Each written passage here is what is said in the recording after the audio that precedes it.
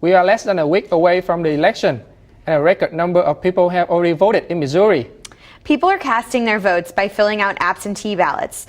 LUTV reporter Kayla Drake went to talk to the election director for St. Charles County, Rich Chrismer, to get the full story.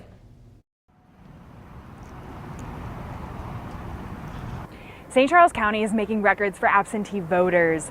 News outlets like St. Louis Post-Dispatch and the BBC has covered this. It started at 100 voters a day and has moved up to 1,000 this past Monday.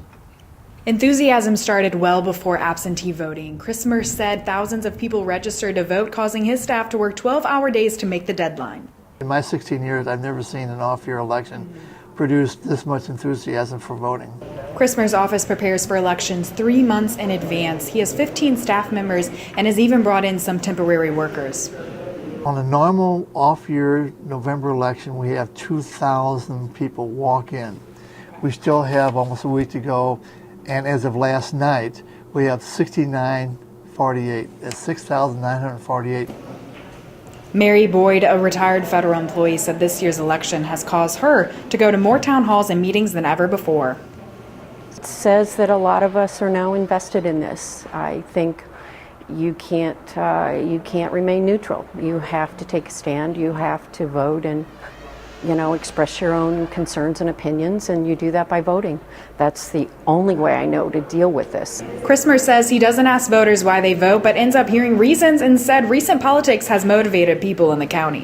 What happened with Judge Kavanaugh up in Washington, D.C. is a big motivator in our county.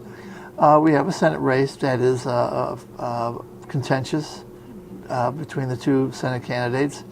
And there are some issues on the ballot. As a matter of fact, the ballot is the largest ballot that St. Charles County in my 16 years ever produced. Chrismer said the November ballot takes 35 minutes to vote if you're not prepared. Boyd said the past presidential election motivated her to be an absentee voter. I think there are things in this country that need to be addressed. I think my own personal concern is what happened in 2016.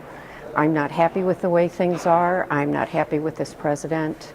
And this is my way of dealing with that. College student Jesse Basler said the largest voting population currently is people 50 years or older. So if young people who have contrasting morals with the boomer generation want to make a change, they should vote. They're the ones making the laws. They're the ones setting these people who are in these positions to make the laws.